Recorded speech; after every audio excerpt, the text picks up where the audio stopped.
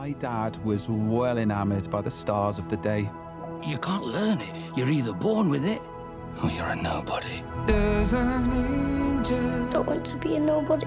Contemplate my fate. You're enough.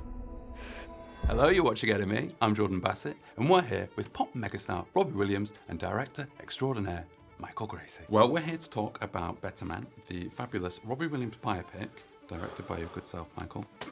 The headline on this, I think, is that Robbie's played by a CGI monkey, which has probably been mentioned once or twice today, I would have thought. So I understand this came about because, Michael, you originally asked Robbie what his spirit animal was. And Robbie, you said... Lion. Lion. Why a lion? Because I was trying to get some self-worth for myself at the time, that particular day, and still every day. But chin out, chest out, lion. And Michael just went... I went, monkey? He went, yeah, okay. So, and then pitched me the idea, and I was totally in. Why monkey? Because that's it, innit? I'm a cheeky monkey, aren't I? Yes, famously. I think if there was, on Family Fortunes, we asked 100 people what animal is Robbie Williams. The people that, don't hate me would probably go, he's a monkey.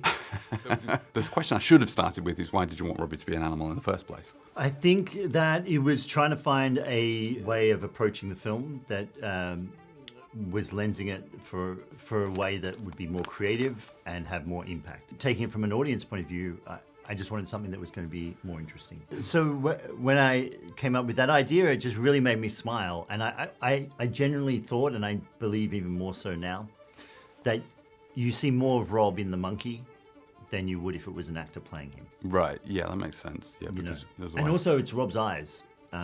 We did high-res scans of Rob's eyes. So it is actually, in all those close-ups, it's Rob looking out at you. No way, okay. Yeah. Not just in terms of the monkey, but, you show a lot of dark elements in this film and a lot of other biopics, and no shade on them, but like Bohemian Rhapsody is a kind of cleaned up version of the Queen story, right? So why did you not want to go down that route and do a sort of cleaner, give it a 12A, get it to get it a family-friendly version of the story? Yeah, I mean, Rob's life is not family-friendly.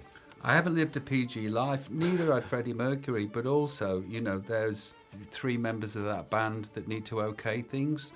There's less people to go through to get to me. And also, one of my strengths being ADHD and neurodivergent and being on the spectrum is I don't pick up the cues with the stuff that you're not supposed to say. Right. Until the thing that I've said reaches the person's ears that I've said it to, and they go... Okay. and I go, did I do a thing? I think it's, my autism, I suppose, is a useful tool for a filmmaker that wants to exploit that. I genuinely believe, not about exploitation, but I genuinely believe that when you go to those darker moments, you feel the light so much more. And that's in the narratives that I love watching. All that jazz, these films are just fantastic because they don't shy away from showing the darker moments. And I think it's more relatable as well because we as an audience we've also done things we're ashamed of. We've done things that we don't want to talk about, or we've said things we regret. And to have a film that shows all of that, it's treating the audience with a level of respect. It makes it a much more engaging experience. I think we all want to expel the things that live in the dark corners of our minds and memories. And I'm lucky enough to get to do it on such a grandiose scale that I think in some sort of way for me, it's healing. I may be right, I may be wrong, but so far so good. There's lots of depictions of real people in this film. Robbie, what do you reckon? What do you reckon Liam Gallagher's going to make Liam.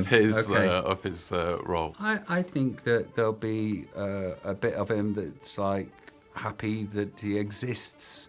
The people that we were are different people than we are right now. I see Liam and I love his interviews and I love the person that he's becoming. He's kind of kindly now and introspective and still marvelously funny, but the edges have been taken off. Right. In the movie, he's a representation of who he was then, and I'm a representation of who I was then. the guy that plays Noel has only got one line, but that one line is so unbelievably Noel. It's incredible. I can't remember the line. Fuck off, cunt. Yeah, but what was the line? Yeah. Hey. You got in? You're in that band?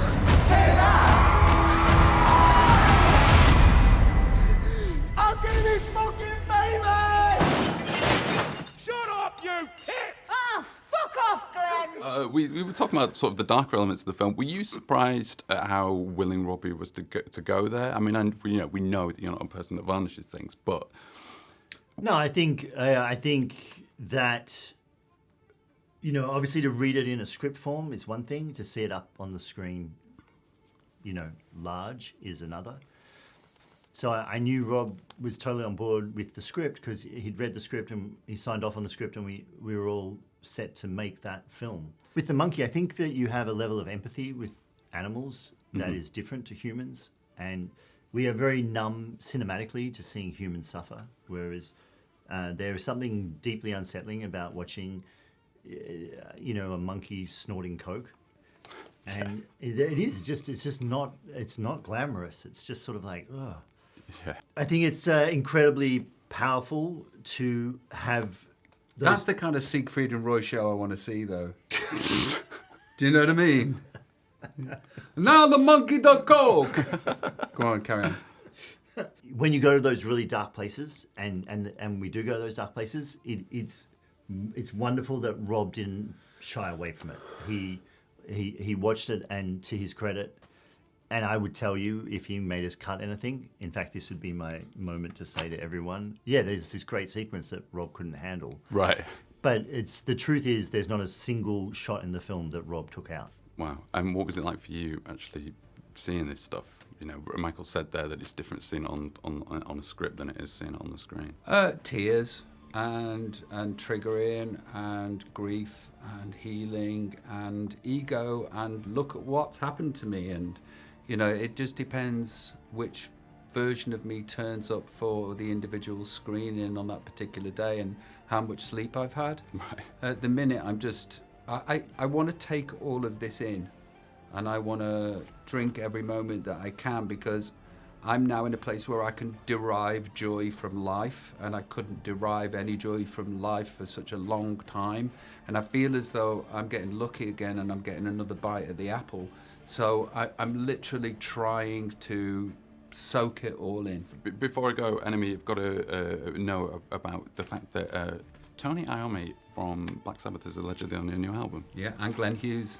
Right, okay. As well. Wow, okay. What's it sounding like?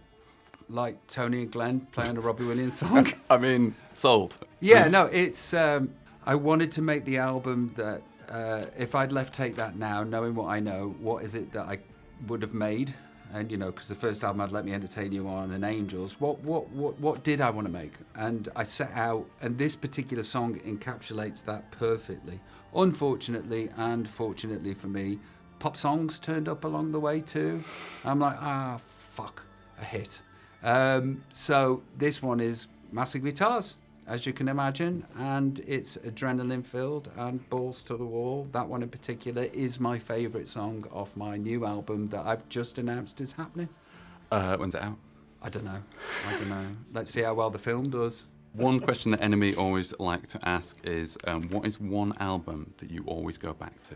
One album. Okay, so because we're in film world, I'll pick my film world, and it's Roy Budd, the soundtrack to Get Carter.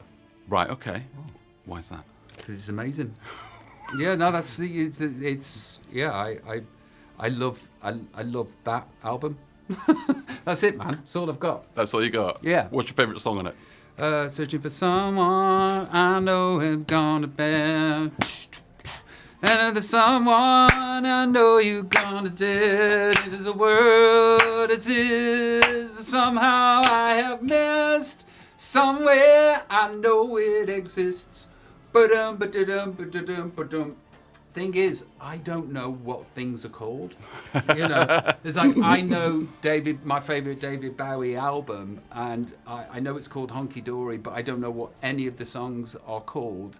but yet I could sing them all to you, much like that, with no lyrics, apparently. I mean, I just want to ask you to sing the whole of Hunky Dory. Oh, God. What an album. All right, well, thank you very much. Thank you. The story starts. I'm loving